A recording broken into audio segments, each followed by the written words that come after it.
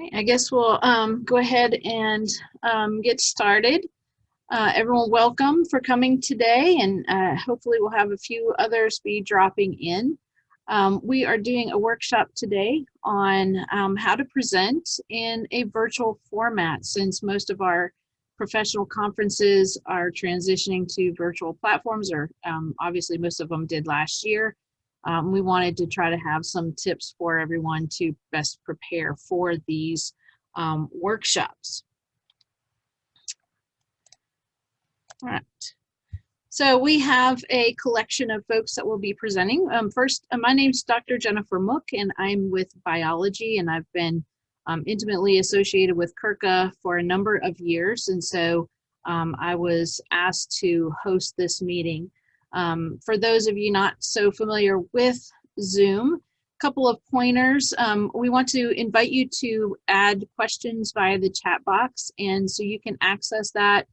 Usually the control bar is down at the bottom or up at the top, and you can open up a chat box, and we have Allison monitoring the chat box there for you to enter questions. And also, if you want to adjust your screen view, there's a little link at the top right, usually, where you can adjust being able to see the different presenters, or if you just want to see the whole screen. So please utilize that as necessary. So I'm your host, and then the rest of our panel include Dr. Macklin Cowart, who's from English, Dr. Linda Purvis, who's from biology, Dr. Christine Weinkauf-Duranzo, who's with psychological science, and Dr. Esther Morgan Ellis, who's with music. So we have a multidisciplinary panel to try to address various questions as we go through some of the major topics today. And so I tried to come up with some major topics that a lot of people maybe would be thinking about or maybe hadn't thought about for getting ready for these presentations. So we'll go through these 5 major items, and then we have a slide for links at the end. All right, so the first topic is really just starting to get your presentation ready. That's probably something that you'll start well ahead of time of the conference.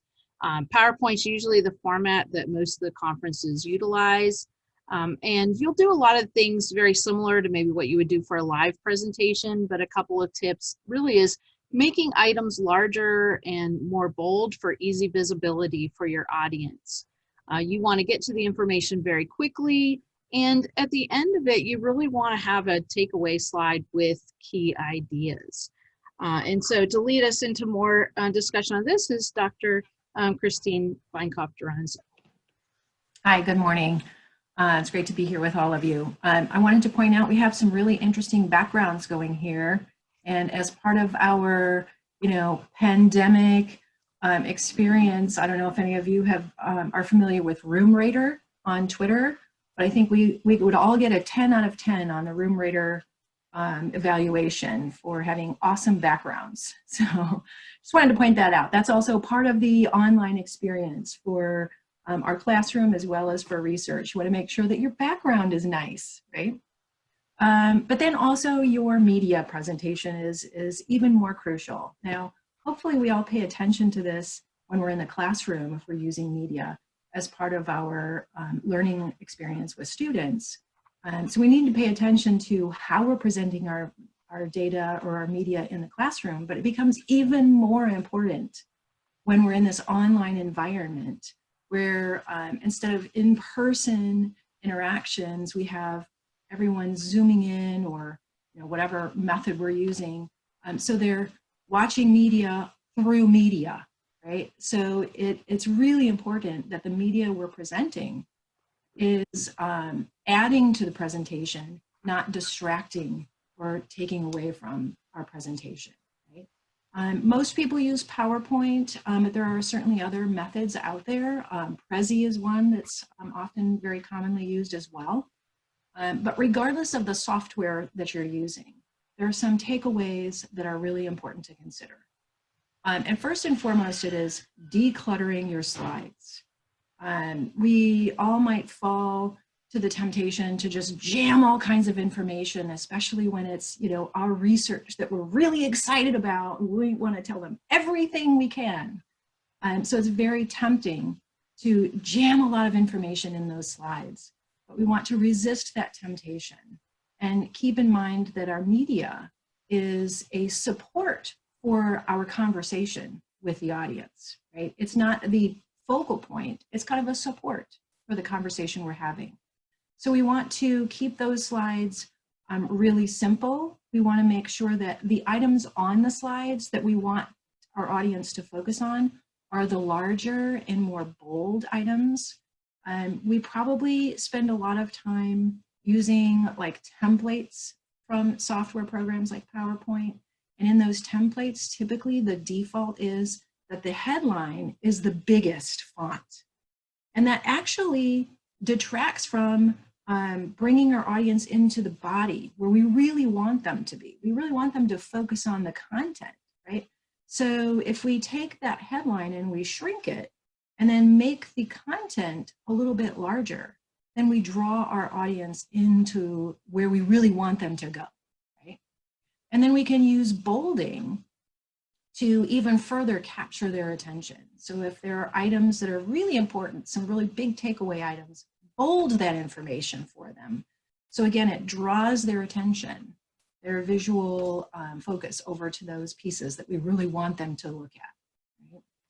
And as part of that, we really want to keep the wording and the images simple. Right? When I first started teaching, I remember I spent just hours putting together my own PowerPoints. And I would put in pictures, and since I teach developmental psychology, I used a lot of pictures of my kids. You know, funny baby pictures when we were talking about infancy. And I had so much fun putting those PowerPoints together. But there were times when it was a little overdone, right?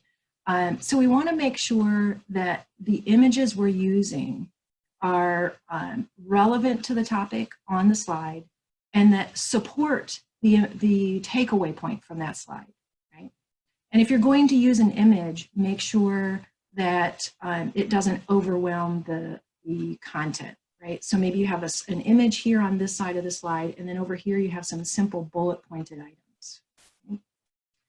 And then as part of that, you want to make sure that you're making your major points quickly, right? So in this online environment, we recognize that because it's not this engagement that we get in person, where we can keep people's attention because we're interacting, because we're looking at them, you know, eye to eye. We don't have that advantage in an online environment. So we want to make sure that we make our points quickly, that our presentation is succinct, right? And as part of that, you know, those decluttered slides are really important, right? Hit the points really quickly. And then also each slide doesn't have to have this massive message, right? So if you have, you know, 3 or 4 points that you want to make one slide per point. Make sure that each slide has one main message, right? So that again, you're keeping their attention on that one message, on that one slide, and then you're quickly moving on to the next one. If you would like to use videos, which can be really wonderful tools to captivate the audience and also make a point, right, to demonstrate an idea, make sure that your videos are short, right? 2 or 3 minutes max. Really great points can be made with like a 30-second video. So make sure that you're using, you know, a short video that's succinct, that makes the point you wish to make. And then also make sure that you watch that video before you actually present. Oftentimes we see that the PowerPoint presentation itself or Zoom or whatever online platform you're using might make that video look a little differently. So you want to make sure that you practice not only the entire presentation, but you practice watching that video in the platform that you're going to be presenting in so that you know your audience is getting the experience that you anticipate. Okay? Again, be quick. People get bored quickly in these online environments. So make sure that your message is clear, it's succinct, that you tell a story along the way. One slide leads into the next slide, right? And that you're not overwhelming them with too much information. And one of the really important elements to concluding your presentation is to make sure that you have a takeaway slide at the end. Okay? I like to start my presentation with an outline and then end with the same outline. So we start here, this is where I'm going to take you, and then we go there through the slide presentation and through the conversation. And then when we end, we go back where we started, and I remind everyone, here's where I said I was going to take you, and there's where I took you, right? And so these are the takeaway points at the end of your presentation. There's a really great TED Talk out there, and there are some really great TED Talks. There's one called Death by PowerPoint that gives a little more detail about color and contrast on your PowerPoint presentations that can be incredibly helpful. I can provide that link for you later if you'd like. And I would say watch it. It's so interesting and can really help bring your PowerPoint presentations to life even more than what we've shared here today. So it's clear that, planning ahead of time is really important for getting your presentation together, but then also you have to be able to prepare yourself and get ready for these virtual environments. And that's where we're going to go next. Okay. So I assume somebody has a dog at home somewhere. We all know these times that we can't always plan for every distraction, but if you're going to be attending a professional conference, you really want to try to make sure that you limit as much of that as possible to the best of your ability. Really let your family know that you'll be presenting at home. Many of the other things, you're still going to want to dress for success. This is a more casual meeting, so I think all of us are dressed fairly comfortably and casually. Not to say you have to wear a suit and tie when you're presenting, but again, think of the image that you're trying to present. You still want to be able to impress people at these conferences, so really dress for success. And when you're doing this, a couple of differences is you're going to have this background at home, and I see most of us have a bunch of books in the background, so it's kind of busy. You don't want to be busy on top of busy, and so really think about what you're going to wear and what it's going to look like against your background. You don't want to blend in, but you don't necessarily want to, your clothes be the attractant when someone's watching a video of you, right? You want to hold their attention. You don't want your clothes to hold their attention. And related to that is really setting up the whole visual area. Some of us, my camera's pretty close, so really you're just seeing my face, and then others, you're getting farther back. And so you want to do some test runs too, depending on what lighting you have in the room, what kind of audio detection you have. Like, do some sample runs and record yourself and see, how far from the camera can you get and not impact the quality of the audio that you have. And so you want to just give the best presentation possible. And there'll be more comments on some of the audio later. One of the more important things, I have this at home. I do it in my bedroom, and there's windows behind me. I have to keep the curtains shut. If you have a lot of light behind you, it can be very distracting and make it even, kind of harder to see your face. And so you really don't want extensive light behind you. So really think about the environment that you're going to be sitting in when you're doing this presentation, especially if you have to do it from home and you don't really have a very good home office. You might want to, adjust yourself around a little bit to have, just something in the background that looks more professional. And then lastly, some things you'll have to kind of plan for are what kind of visual cues are you going to use? Christine was doing a lot of gesturing with her hands. Remember that you are going to be limited to your screen area. And so maybe you have other techniques, like if I'm doing something down here, you can't see it on the screen. So what impact are you trying to have by using hand motions? You're trying to involve the audience. That's where you might want to consider presenting and moving back if you do talk with your hands a bit more so that people can see that, right? So you have to consider that. And probably the last 2 points on this slide are probably some of the more important ones. Maintain high energy and talk with passion. If you're talking about your research, hopefully that passion will convey. But if you're terrified of being in front of the screen, sometimes that gets hidden. So practice is always key with these presentations to really prepare yourself. And I can't stress that more, so that you're comfortable in front of the screen. So even if you don't have an audience in front of you, you still feel like you're trying to interact with them, because that's how you keep them engaged in a video platform. And I see there's finally a bunch of stuff showing up in the chat platform. Yes, I should mention that UNG does have some backgrounds that you can add to kind of hide some of that. I've tried to do that at home, and it was really, get pixelated around my head. So again, that's something that you'll want to play with if you have some of those fancy backgrounds. They are fun to do. I've seen some really cool ones on TV. And UNG has some UNG specific ones that are great. Is there anything else in there, Allison, that might be interesting to address before we move on to the next topic? I like Terry's comment. He said, Terry Easton says, sounds like photography composition or film composition can be helpful ways to think about lighting and background. So I thought that was, really insightful, Yeah, I mean, when you watch, the news broadcast right now, and they have people talking from all kinds of places. I mean, obviously they've planned ahead of time to have this professional lighting set up. You can go online and Google, and some of these links actually talk about special equipment that you can buy. I don't think most of us are going to really invest in fancy equipment unless you're doing this on a regular basis. So again, practicing is key, and practicing where you're going to be presenting so that you can test, is it worthwhile to have the lights on above my head, or should I have a lamp beside me, so that you're highlighting more of the face from the front. Just find a visual that you're comfortable with, that gives a nice, appearance to your face. But definitely a lot of photography components to this now.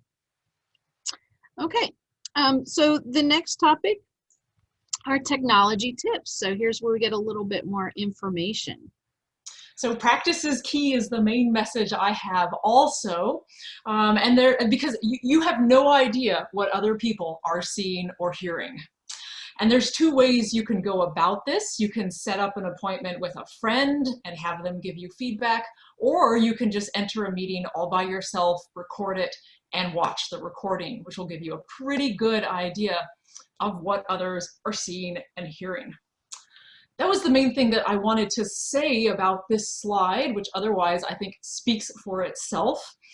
In many conference settings, you will be given the opportunity to send your PowerPoint in as a backup, which definitely take that opportunity if you have it. And equipment, yes.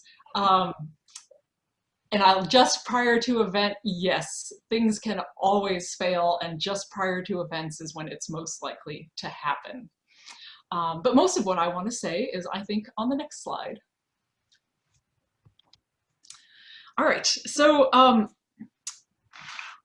my comments here are really about Zoom, because of the dozen or so conferences I've participated in the last year, they've all been on Zoom. It's clearly the most common platform, at least in my discipline, but I think in general.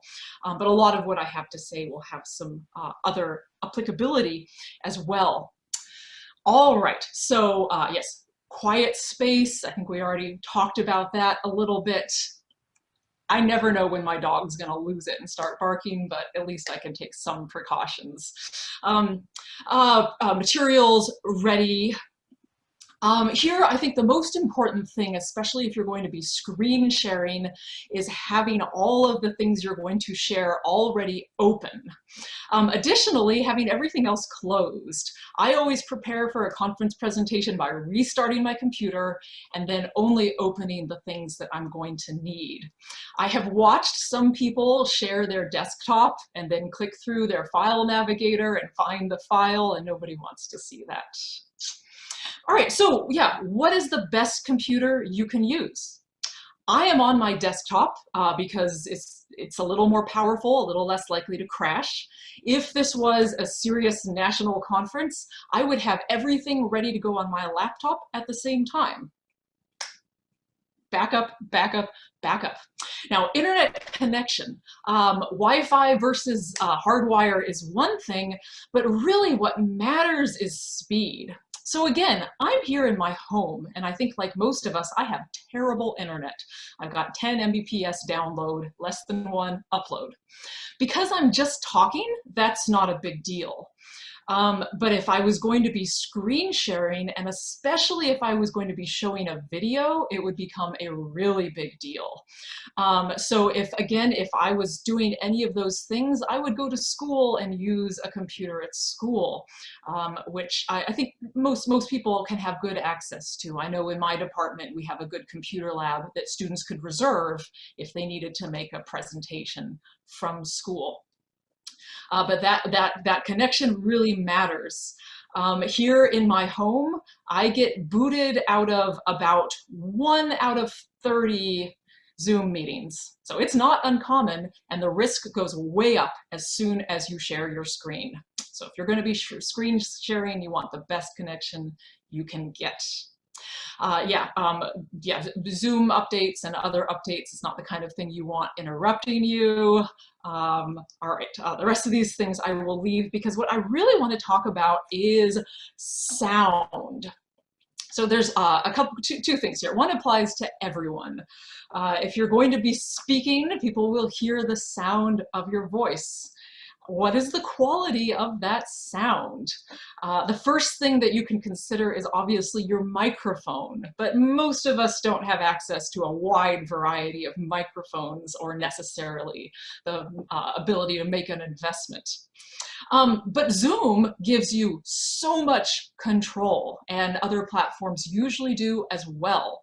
Right now, if you are on, oh, this is important, you can only do this on a computer or a tablet, not your phone. So, but if you're on a computer, click that little caret next to your microphone at the bottom of the screen. And then you can click on audio settings. And here it's going to give you all sorts of things to play with. And this is where it's great to have a friend on the other end to tell you what they're hearing. I can't tell you what you're seeing because it depends on whether you have the latest version of Zoom or not. If you have the latest version, then right there in front of you, it should give you options like suppress background noise, which has many different settings. Zoom usually comes set with a high degree of suppression because it only wants to transmit the sound of people talking. But that can have some unpleasant side effects. If you hear someone talking and their voice kind of comes in and out, it's probably because Zoom is filtering their speech in an unhelpful way. I have mine set to low on suppressed background noise, so hopefully it doesn't mess with my sound too much, but also you won't hear trucks in the street. But lots of options there. Another really interesting tool here is original sound. So original sound is really important to me because I make music over Zoom almost every day. So Zoom is designed to filter out anything that it does not think is speech, and that includes singing and playing instruments. So if you try to sing or play an instrument over Zoom without enabling turn on original sound, it will erase your sound. You will either sound terrible or be completely inaudible. So I don't know if that applies to anyone listening to this presentation, but it's a really important and valuable feature.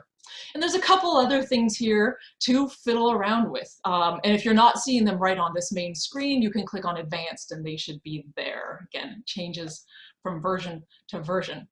Yeah, so a lot of this doesn't really matter too much to non-music people. It sure matters a lot to us. Another important thing with sound, if you're going to have any audio that is embedded in your media, whether it's a sound clip in a PowerPoint or a video you want to play and you're sharing the video, it is vital to click the little box that says share computer sound when you are sharing that media. So I assume that all of us have this disabled. right now. Oh no, I've got it. Oh, okay, look at that. So I want to share a YouTube video or something. There's a little box in the lower left-hand corner that says share sound. And so what that does is, instead of having the sound come out of your computer speaker and into your computer microphone, being totally garbled in the process, it shares it directly so that your recipients have the same high fidelity experience that you do. And that's important not just for live presentations, but also if you're using Zoom to make a recording. Which is a very convenient feature that it has. If you're pre-recording a presentation in Zoom, do not forget that share original sound. It makes all the difference in the world. And one more word about videos also. If you are playing a video, if you have a fast internet connection, it'll be pretty smooth. If you have a slow one, it will be halting. If I were to share a video with you all right now, it would be very much broken up and frame by frame. The sound would probably be good, the picture would be terrible. And also, if I try to record a presentation on my home computer that includes a shared video, same effect, because it sends it over the internet, so it doesn't happen locally. So that's another thing. You want to share videos, fast internet. I have one last thing to say on my little list. And it was just something I was just reminded of. When you share your screen, it totally messes up your ability to engage in chat. So find your chat box and put it somewhere where you can see it. So I've been able to watch people's chats here because I moved the box over onto my second screen and it's visible. Otherwise, it can be very hard to find in the moment. So certainly a lot of technology to consider. And that same little box down at the bottom that Dr. Morgan Ellis directed you to, those little carrots, that's where you can also make some adjustments like adding that virtual background. And so again, practice and play with some of those and see what might make you happy when you're doing your presentation.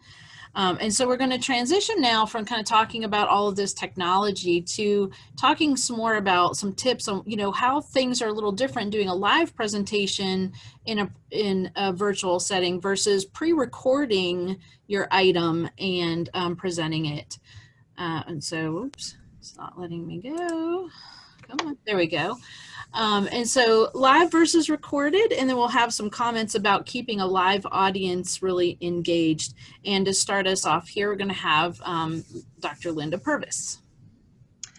Well, I'm super excited to share about this because I've actually had the privilege of helping students in both of these platforms over the last year. So I've had some students present their work in a live situation. I've had others that have had to do pre-recordings and submit those to be posted as links online.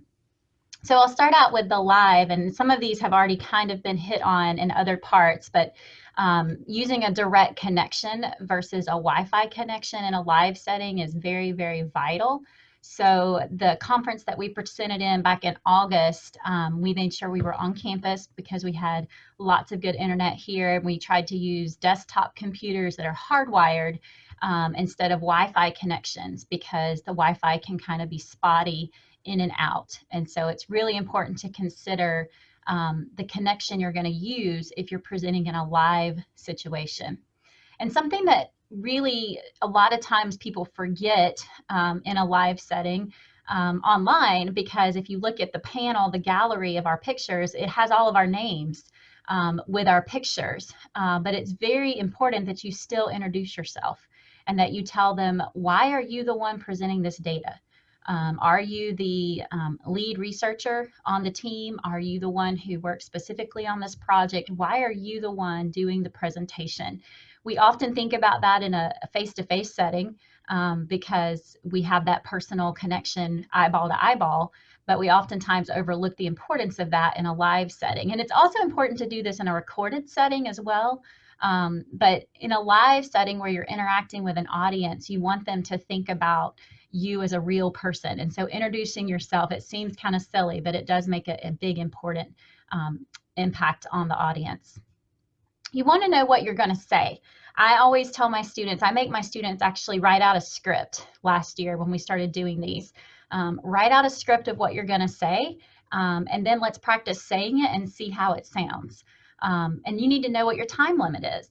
in a real face-to-face setting, you usually have a 10 or 12-minute time frame to present. In an online setting, it may be shorter. You need to know and practice ahead of time. Practice has been a key theme throughout all of our presentations today, but you need to know what your time limit is and what you're going to say. And it's okay if you need to look at some notes, have bullet points. And that's another thing, having note cards to keep yourself on track, because if it's in a live interactive audience, like I think our next presenter is going to talk about, you may be answering questions in the chat box and then coming back to your presentation. And so you need to remember kind of where you are.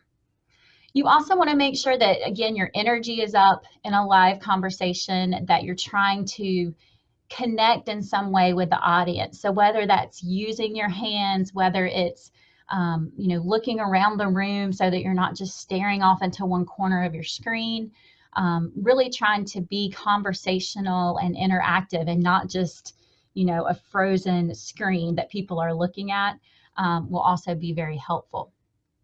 Now, when you think about, recorded setting, you still have a lot of these things in place, but you can be a little more, I guess you can make a few more errors because you can always record it again, right? You can try recording it multiple times till you get it exactly how you want it.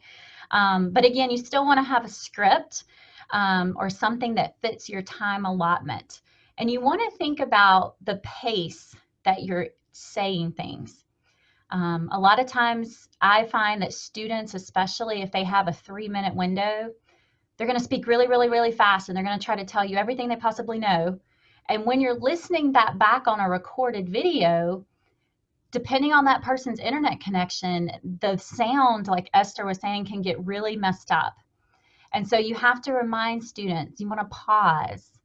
You want to allow for your audience to really absorb what you're thinking. And this is true in live situations as well as in a recorded situation. But sometimes in a recorded situation, we see that time clicking away, so we try to speed up. And when we do that, we lose the content that we're trying to convey. And then one thing I found really helpful with my students, because my students have usually been presenting a poster in these conferences. And one of the things that we found to be really helpful, especially in our recorded such situation, is in PowerPoint, you have the ability to zoom into one area on your slide. Because in a presentation of a poster, you have a lot of information on a slide. So you want to present it in full screen, but you do in the very bottom corner of PowerPoint, there's a plus and a minus button. And if you zoom in into the particular area of your poster presentation that you're presenting, it makes it easier for the audience to see in that recording.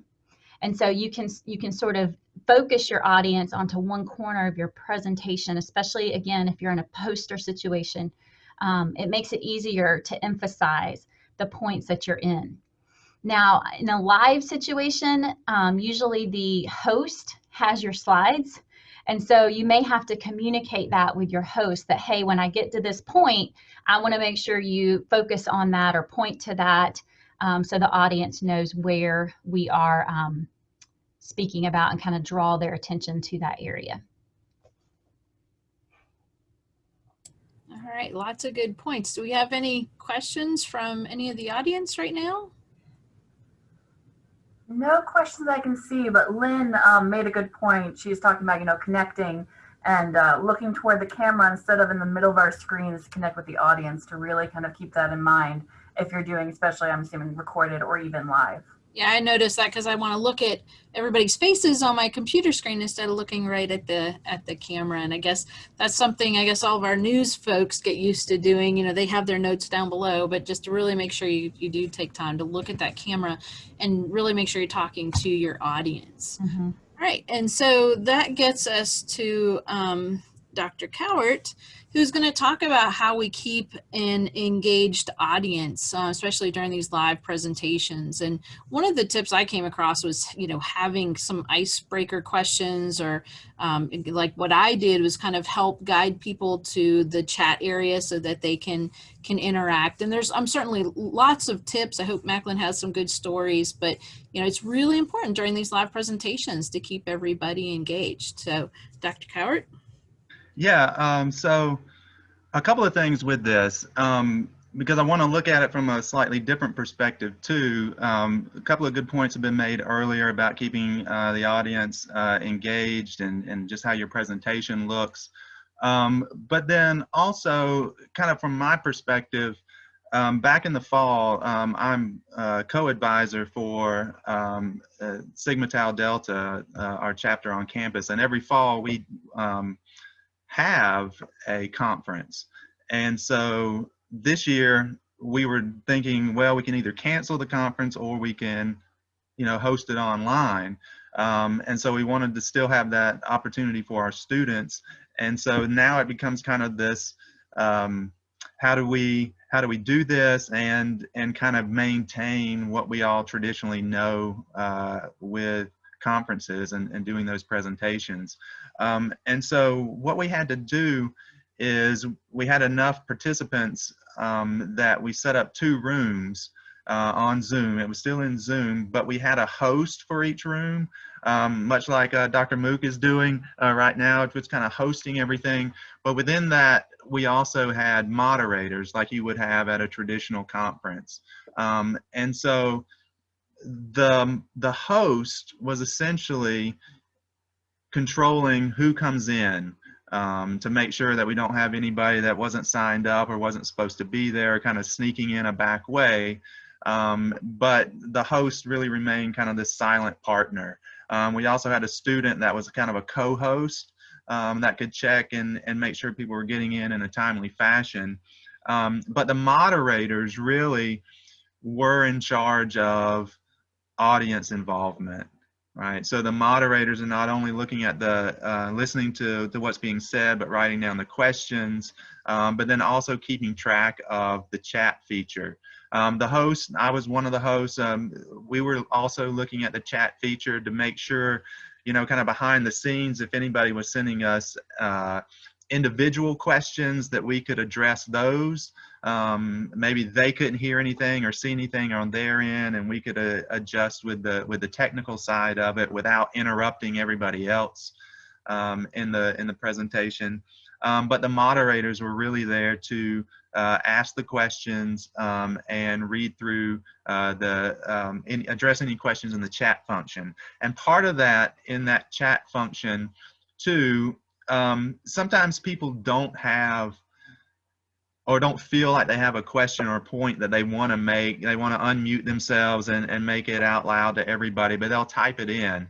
And our moderators were very good of scrolling through those things and pulling out, either reading all of them, depending on how many there were, or pulling out ones that they thought were really interesting and then reading them out loud to everybody within the group. And that kind of then brings in more questions and answers that might not have arisen if you're not even paying attention to the chat, or you just kind of read through and say, oh, that was interesting, and then you move on to the next point. So really our moderators were very important in maintaining not just the flow of the presentations, but then also with the questions that people had, either they were asking verbally or they were putting it into the chat function. But that chat function, especially in this environment, is very important of maintaining that audience involvement, because again, some people don't feel like they either are, quote unquote, important enough to interrupt what's happening, or they just don't want to voice it out loud, but they'll type it. And I think that's a very good point to make.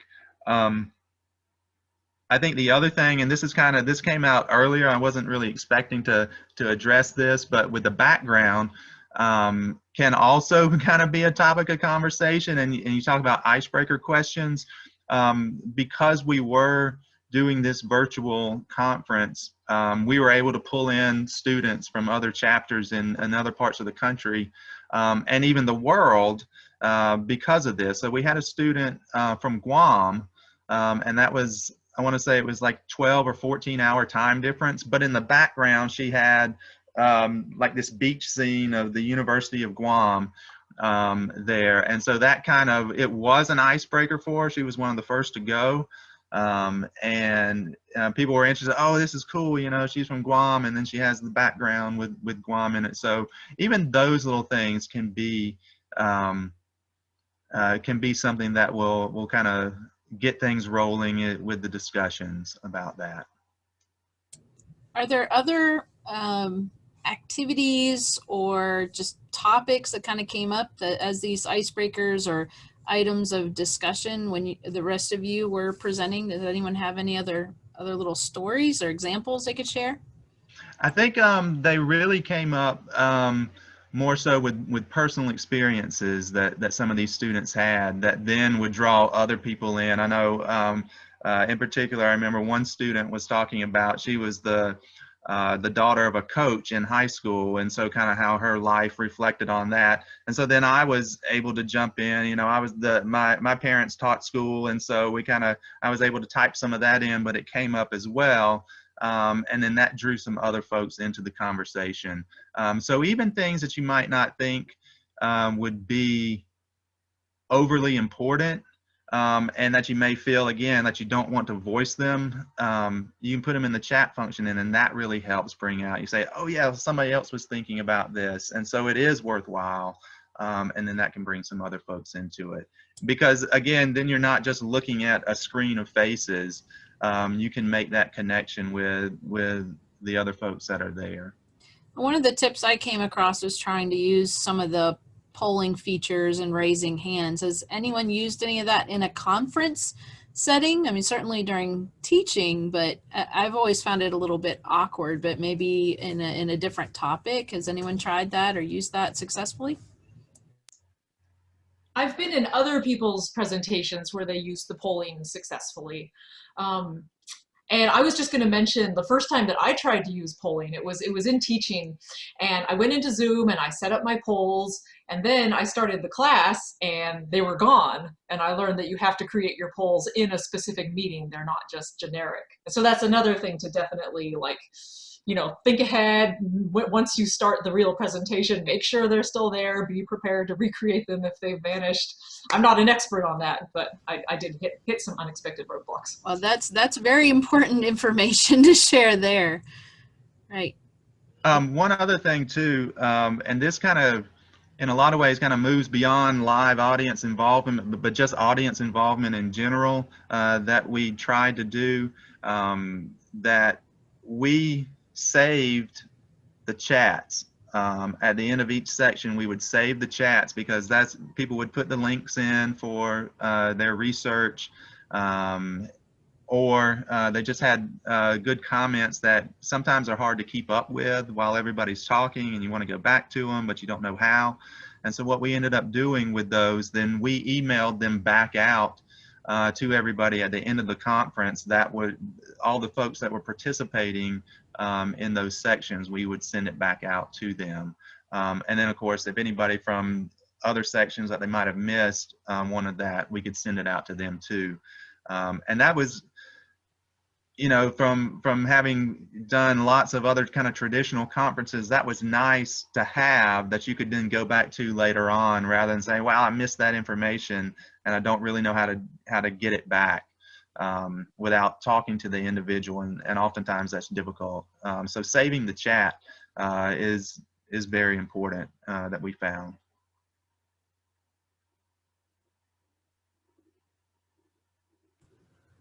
You're muted, Jennifer. Sorry about that. Technology, got to practice. I was just going to say, Linda mentioned this reaction function. Do you want to mention something about that? So I've not used it in a conference, but I have used it in several meetings. And so at the bottom, you see the little smiley face reaction, and there's like thumbs up, clap, laugh, party, celebrate, things like that. So you can sometimes use those as ways to, you know, at the end of a presentation, you know, give a little clap, virtual clap, whatever. But I just find that there's several of those that are sometimes fun. And I've seen some platforms that have more options there also. So I think it depends on the platform you're in, but that's just one way you can kind of get your audience to interact without necessarily all being verbal at the same time. Awesome. All right. And so as you tie up your presentation, we've already mentioned it's good to have like a summary slide, and, you know, Macklin, the suggestions of copying the chat and being able to send them out. So being able to provide your PowerPoint as well as the chats and other things are really important. Hopefully conferences would be ready to do that for you. I also included a slide with some of the links. These were just some of the ones that I had found, and I believe in the chat, I believe Dr. Morgan Ellis had posted, or was it Dr. Weinkoff, the link to the Death by PowerPoint or whatever, so we'll try to include that. But these were some useful ones. Again, really knowing your platform is important, so I had a link to some information I found on Zoom here. But a lot of the business websites, things like Forbes, had a lot of blogs and commentary on how to prepare presentations as well. So there's certainly a plethora of information. I think I had about 40 pages of notes that I was kind of sorting through. And a lot of the things are really repeated a lot. You know, preparing, watching your light, checking your audio, having good technology seem to really kind of keep reappearing through all of these. And so that pretty much wraps up the presentation that we have. And here's our emails if you want to reach out to us specifically about any of the content. But we do have time for questions if any of you want to pop on with audio and or visuals and ask any questions or post anything else. There's a question, it looks like there, for Esther. What audio background noise suppression level do you use? Yeah, so mine is on low. And then, in fact, well, let's see, if we want to, I was thinking I could have done like a little demonstration, and let's see what the differences are. So here's auto, and here's high. So this should suppress all noise except for me speaking. And here's medium, which should suppress things like the computer fan. And then here's low. So I don't know if you really are even hearing much of a difference, because I have no idea what you're hearing. But here, let's try this. All right. So there we go. So it's on high. I'm gonna play the fiddle. It should sound like nothing at all.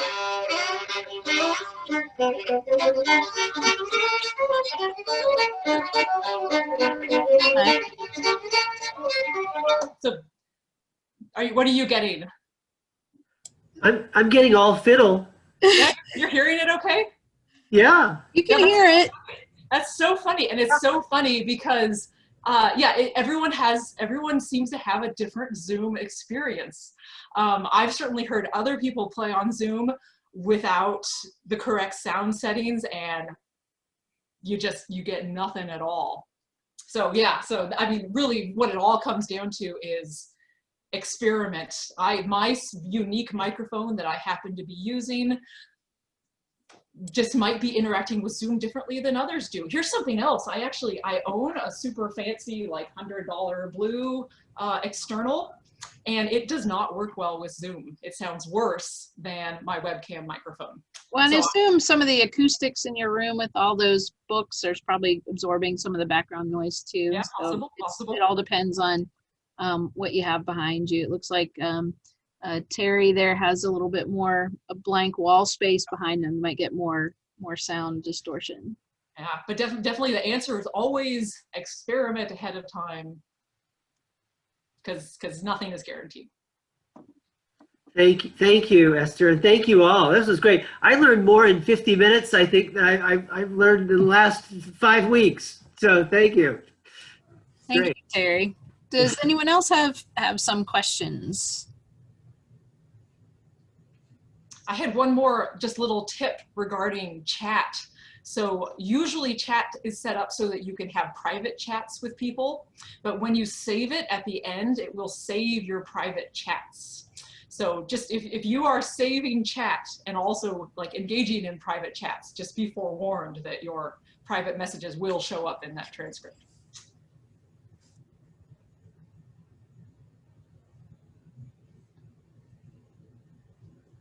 Other questions or comments? Any stories? Seems like this is a topic that really is just, you know, when people share their experiences and their stories. Linda, anything that the students had comments on when you guys were doing this? So the live conference that we did, we had 3 students present. They were all presenting poster presentations. And I mentioned we did it on campus. And so we had the students actually come into my office by themselves. And then the rest of us were in a separate lab room watching them on a big screen. And that allowed us to, because they all presented on a different day. And so the first one was sort of our guinea pig, and we learned a lot about how that came across to the audience. And so the second student that went felt a little more prepared and kind of knew what to expect. And again, this was last year when everyone was learning kind of what we were doing. But when you're in a live setting, at least in my experience, the host has a lot of your controls.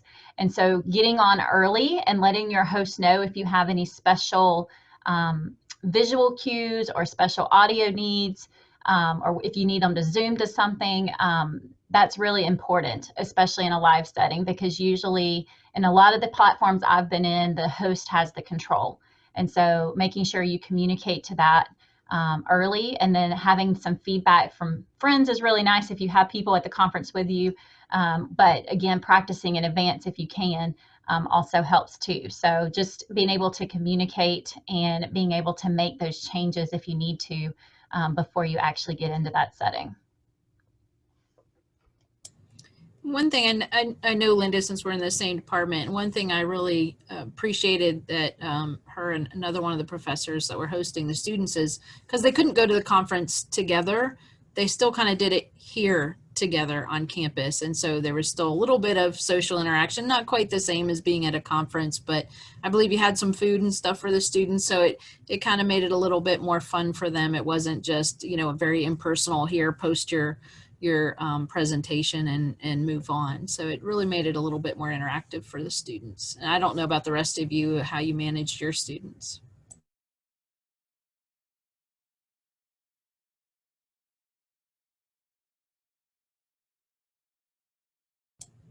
No other stories? All right, well, we are at the, you know, kind of 10-minute till mark. I don't know if folks have some classes at 1, but if there's no other questions, I guess we'll wrap it up, and we'll make the recording available and try to get the information out of the chat. So any last chance, anything else? All right, I want to thank the panel members for agreeing to come in and share some of their personal stories for this. Hopefully, it sounds like at least some people got some information out of it, and we really appreciate y'all stepping up and doing that. So thank you all for coming. Thank you. Thank you.